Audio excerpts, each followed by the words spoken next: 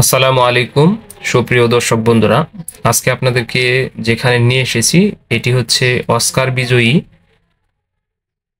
সত্যজিৎ রায়ের পৈতৃক বাড়ি। এটি বর্তমানে মশুয়া গ্রামে অবস্থিত, যেটি কটিয়াদী উপজেলাধীন এবং কিশোরগঞ্জ জেলায় অবস্থিত। সত্যজিৎ রায় কে ছিলেন তাকে আসলেও নতুন করে পরিচয় করিয়ে দেওয়ার কিছু নেই। সত্যজিৎ রায় ২রা মে ১৯২১ সালে জন্মগ্রহণ করেন। তিনি একাধারে ভারতীয় চলচ্চিত্র নির্মাতা, চিত্রনাট্যকার, শিল্প নির্দেশক, সঙ্গীত পরিচালক এবং লেখক। বিংশ শতাব্দীর অন্যতম শ্রেষ্ঠ চলচ্চিত্র নির্মাতাদের একজন হিসেবে তাকে গণ্য করা হয়। সত্যজিৎ রায়ের জন্ম যদিও কলকাতা শহরে, তবে তার পূর্বপুরুষের ভিটা ছিল বর্তমানে আমরা যেখানে দাঁড়িয়ে আছি, এটি হচ্ছে এই মশুয়া গ্রামে। তো সত্যজিৎ রায়ের এই বাড়িটি আপনাদেরকে ঘুরে ঘুরে দেখাবো এবং দেখানোর চেষ্টা করব। আপনারা আমাদের সাথেই থাকুন। আর যারা সত্যজিৎ রায়ের বাড়িতে আসতে চান তাদের প্রথমে আসতে হবে কটিয়াদী উপজেলার কটিয়াদী বাস স্ট্যান্ড, এবং সেই বাস স্ট্যান্ড থেকে আপনি অটো অথবা সিএনজি যুগে কটিয়াদী বাস স্ট্যান্ড থেকে মশুয়া বাজারে আসবেন।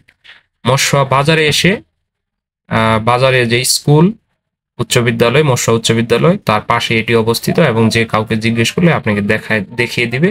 এটি হাঁটার দূরত্ব, বাজারের সাথেই সংলগ্ন।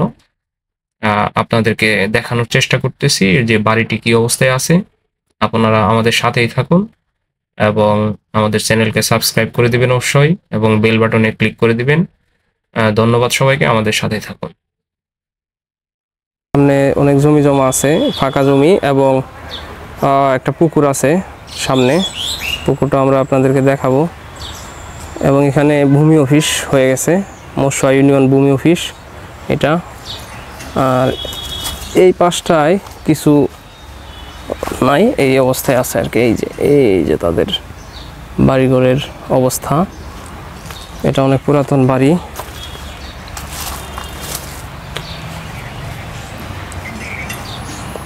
এগুলি সম্পূর্ণ ইটের তৈরি। এগুলি হচ্ছে ইট এবং চুন সুরকি দিয়ে তৈরি করা। এগুলি যদি আমরা দেখি তাহলে দেখব যে অন্যান্য জমিদারদের বাড়িগুলিও এরকম।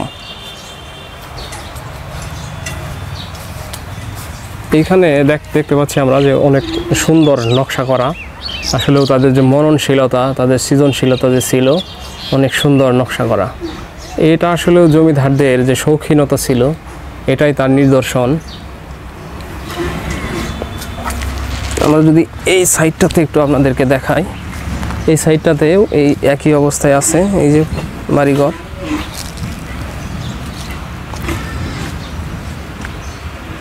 এই পিছনটায় এই অবস্থায় আছে। এই যে এটা হচ্ছে পিছনে একটা পাকুর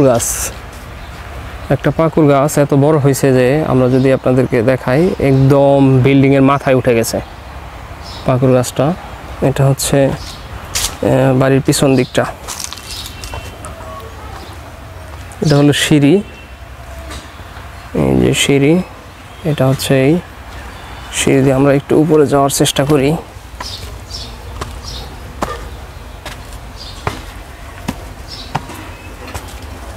উপরে একটি কক্ষ আছে, এবং এটা হচ্ছে এই সাইডটাই, এই দিকে।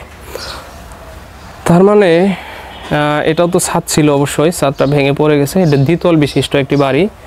এর একটি কামরা এখানে রয়েছে। এখানে এই যে দেওয়াল, এর ভিতরটায় এদিক দিয়ে ওইরকম ছিল দরজা।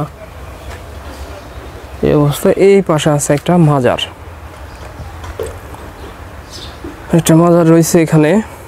এখানে যদি আমরা আরও দেখি যে এই বাড়িঘরের ছাদটা কিন্তু ধসে পড়ে গেছে। তার মানে অনেক আগের বাড়ি। এটা কত সালের ঠিক ওইভাবে আন্দাজ করা যাচ্ছে না।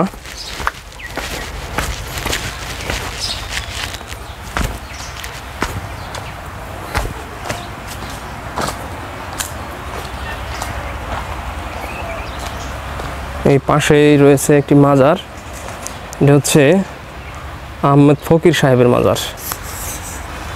এটা হচ্ছে আহমেদ ফকির, আব্দুল সমেদ ফকির সাহেব, পরিচালনায় মাইজউদ্দিন শাহ চিশতি ওয়াইসি। এইখানে বিরাট মাঠের এইখানে রয়েছে একটি মাজার। হজরত শাহ আব্দুর রহমান ল্যাংটা বাবা দেওয়ানি সাহেবের ভক্ত আব্দুল সমেদ ফকির সাহেব, ওনার মাজার এটা। এই মাজারটা এখানে রয়েছে, আর পাশে বাড়িঘর। তো এখান থেকে আমরা স্মৃতিময় সত্যজিৎ রায়ের বাড়ি থেকে বিদায় নিব। সামনে রয়েছে একটি বিশাল পুকুর।